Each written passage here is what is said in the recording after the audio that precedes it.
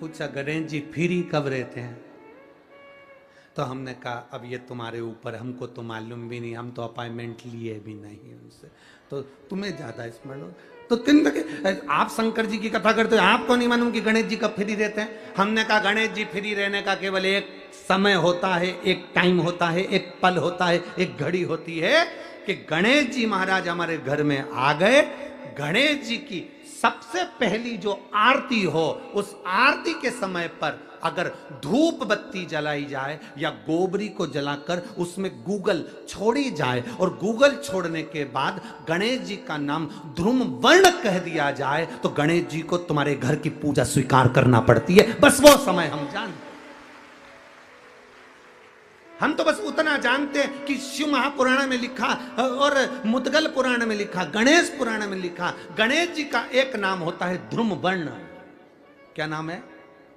ध्रुम वर्ण गणेश जी का एक नाम होता है। जब हम धूप जलाकर और धूप लगाने के बाद में गणेश जी की सबसे पहली आरती करने के पहले अगर हम सबसे पहली आरती गणेश जी की कर रहे हो, अपने घर में स्थापना कर रहे हो, बिठा रहे हो, और तुम चाहते हो कि गणेश जी मेरे घर में आके मेरी पूजा को स्वीकार करें और जो मांगू मेरा गणेश मुझे दे 10 दिन के अंदर, तो पहला नाम लेकर पुकार लेना ध्रुम वर्ण विनायक, बैठो, बस काम हो गया। वो फ्री होकर आता है, वो बैठता है, अलमस्तता में बैठता है। हमारे हिंदू धर्म में 2 तरह के गणेश जी का प्रमाण कहा जाता है, एक राइट सूंड के गणेश, एक लेफ्ट सूंड के गणेश।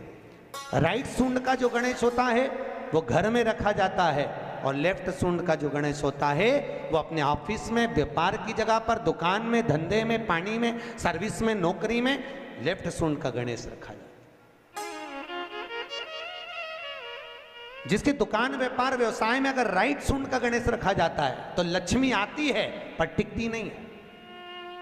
इसलिए घर में सीधी सूंड का गणेश और दुकान, व्यापार, व्यवसाय में, ऑफिस में उल्टी सूंड का, 2 गणेश। तो इसका मतलब ये थोड़ी ना कि तुम्हारे घर में गणेश जी बैठा तो तुम उठा के बदल लिया, यहाँ का यहाँ दिया, यहाँ का दिया। अब रखे रहने। भागवत जी में लिखा है, शिव महापुराण में लिखा है, जग में रहो तो ऐसे रहो जैसे जल में कमल का फूल रहे। कीचड़ कमल के पुष्प पर नहीं लगना चाहिए। कीचड़ अगर कमल के पुष्प पर लगेगा तो श्रेष्ठ होगा क्या? नहीं। संसार में रहो मना नहीं है, ये झूठे संसार में हमें रहना पड़ेगा, परिवार में हमें रहना पड़ेगा, कुटुंब कबीले में हमें रहना पड़ेगा, सारे परिवार में तुम रहो, पर एक बात का ध्यान रखकर रहना कि हमें संसार में रहना, पर संसार का कीचड़ हमारे ऊपर नहीं लगना चाहिए। कोई तुमसे कह दे कि इससे कोई घर छूटे, इससे कोई परिवार छूटे, के रखना 2 मिनट में छोड़ दूंगी, 2 मिनट में। तो कहां जाएगी छोड़ के? तो चिल्ला के मैं तो वृंदावन चली जाऊंगी, ने मथुरा चली जाऊंगी, ने गोवर्धन चली जाऊंगी। काय के लिए जाए? वहां कोई संत मिलेगा, उसकी शरण में चली जाऊंगी। आप लोगों की जो विचार दृष्टि है ना, यही है। बोलो सही है कि गलत है? कोई संत मिले, कोई साधु मिले, कोई तपस्वी मिले, उसकी शरण में जाऊंगी। पर शिव महापुराण तो स्पष्ट मना करती है।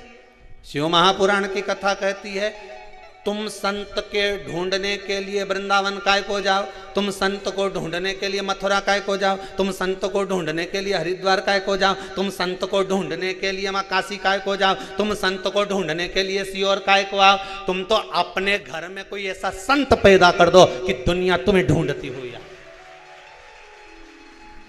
तुम काय को जा रहे हो किसी संत की शरण में? संत अपने घर में पैदा होना चाहिए।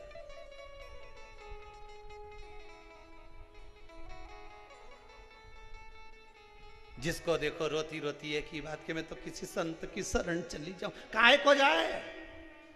शिव पुराण तो कह रही घर में संत पैदा होना चाहिए, सब प्रयास करो। 25-50 लोगों को बिठा कर देखना, बात करके देखना, और साहब तुम्हारा कितना बच्चा? तो क्या हमारा 2-3 बच्चा। अच्छा, तुम्हारा कितना बच्चा? क्या हमारा 2, कोई क्या हमारा 1। कहीं से पूछो छोरी कहीं कर रही है, बस मन है मेरा मैं उसको डॉक्टर बनाना चाहती। हो